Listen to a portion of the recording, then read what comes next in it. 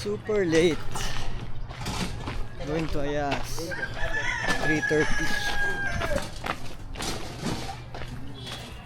Good luck sa akin.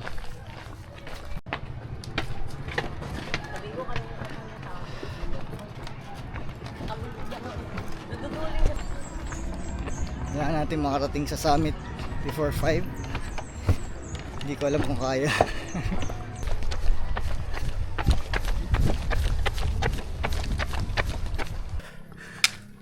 Mamadali na ako.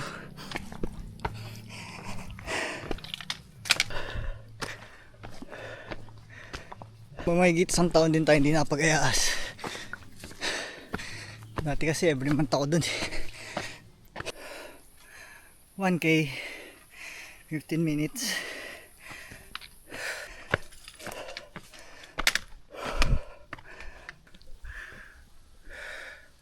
Heart rate 176.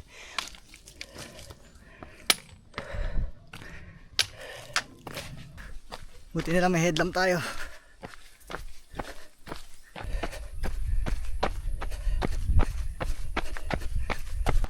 Dito pupunta yung Espadang Bato. Pero hindi pa ako nakapunta rin. Puro lang Ayas. 3 km 53 minutes. So ayun pa yung summit. Yung sa taas. Ito. So pa KM4 na ako. Grabe na yung trail dito. Ang lalim na ng landslide. That's where yun ang summit. Dito ang daan.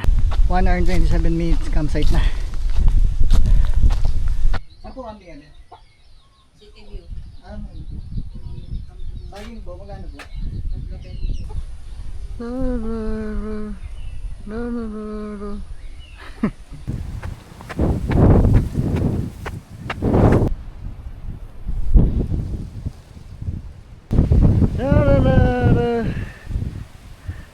Summit.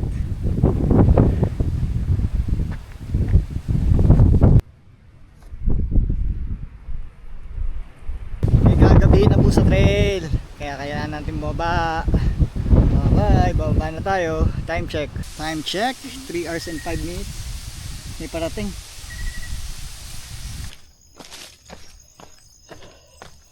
Time check.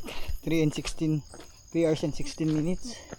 So siguro mga 4 hours or more than pa. Tago ako mababa. Sa pacing ko. Bagal eh. Buti na lang maliwanag yung buwan. Dito. 4 hours and 40 minutes. Pinaka best view na nakita ko. Yung kotse ko.